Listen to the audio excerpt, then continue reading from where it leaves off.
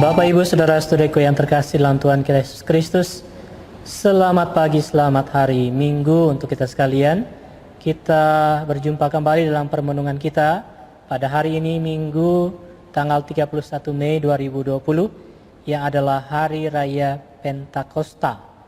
Kita akan merenungkan dari Injil Yohanes pasal 20 ayat 19 sampai 23. Mari kita buka permenungan kita dengan tanda kemenangan Kristus. Dalam nama Bapa dan Putra dan Roh Kudus. Amin. Pada hari Minggu Paskah, murid-murid Yesus berkumpul di sebuah rumah karena takut akan orang-orang Yahudi. Lagi pula hari sudah malam, maka pintu-pintu rumah dikunci. Pada waktu itu, datanglah Yesus dan berdiri di tengah-tengah mereka dan berkata, "Damai sejahtera bagi kamu." Dan sesudah berkata demikian, Ia menunjukkan tangannya dan lambungnya kepada mereka. Murid-murid itu bersuka cita karena mereka melihat Tuhan. Maka kata Yesus sekali lagi, "Damai sejahtera bagi kamu.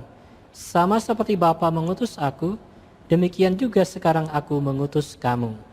Dan sesudah berkata demikian, Ia menghembusi mereka dan berkata, "Terimalah Roh Kudus. Jikalau kamu mengampuni dosa orang, dosanya diampuni. Dan jikalau kamu menyatakan dosa orang tetap ada, dosanya tetap ada." Demikianlah Injil Tuhan. Terpujilah Kristus. Bapak, Ibu, Saudara-saudariku yang terkasih dalam Tuhan kita Yesus Kristus, hari ini kita merayakan pesta Pentakosta, yakni turunnya Allah Roh Kudus, yang salah satu perannya ialah menuntun dan membimbing gereja ke jalan yang benar. Hari ini juga diperingati sebagai hari kelahiran gereja. Pada hari Pentakosta, Yerusalem digoncang oleh peristiwa yang luar biasa. Peristiwa Pentakosta merupakan sejenis pengumuman akan lahirnya gereja. Melalui peristiwa itu, para pengunjung yang sedang berada di Yerusalem pada waktu itu menyaksikan sesuatu yang menakjubkan. Roh Kudus turun dalam bentuk lidah-lidah api dan para rasul bisa berbicara dalam bahasa-bahasa asing. Kesempatan itu digunakan oleh para rasul untuk menjelaskan arti dari semua yang sedang mereka alami. Bapak, Ibu, Saudara-saudariku yang terkasih, sebelum peristiwa Pentakosta, yakni setelah Yesus naik ke surga, para rasul yang hidup dalam ketakutan berkumpul di Yerusalem dan tidak tahu mau berbuat apa. Namun, dengan turunnya Roh Kudus, mereka menjadi berani. Roh Kudus menunjukkan jalan apa yang harus mereka perbuat. Mereka tidak boleh tinggal diam lagi.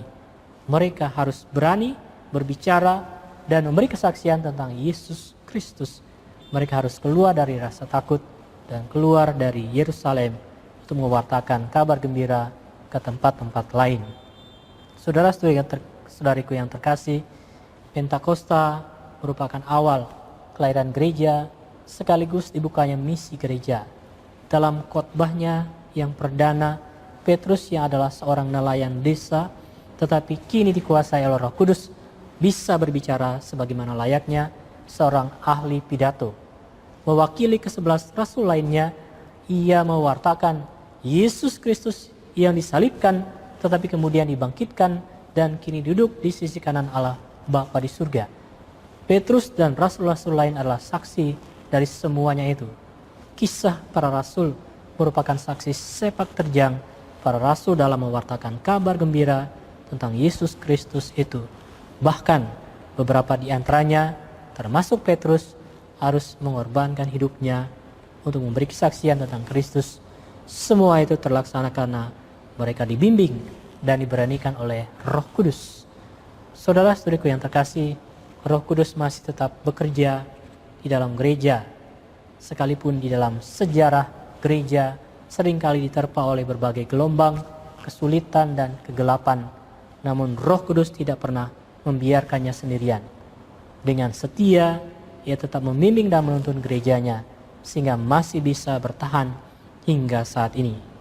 Marilah kita tetap berdoa supaya Roh Kudus senantiasa membimbing gerejanya agar mampu menjadi tanda yang efektif dalam memberi kesaksian tentang kabar gembira Yesus Kristus.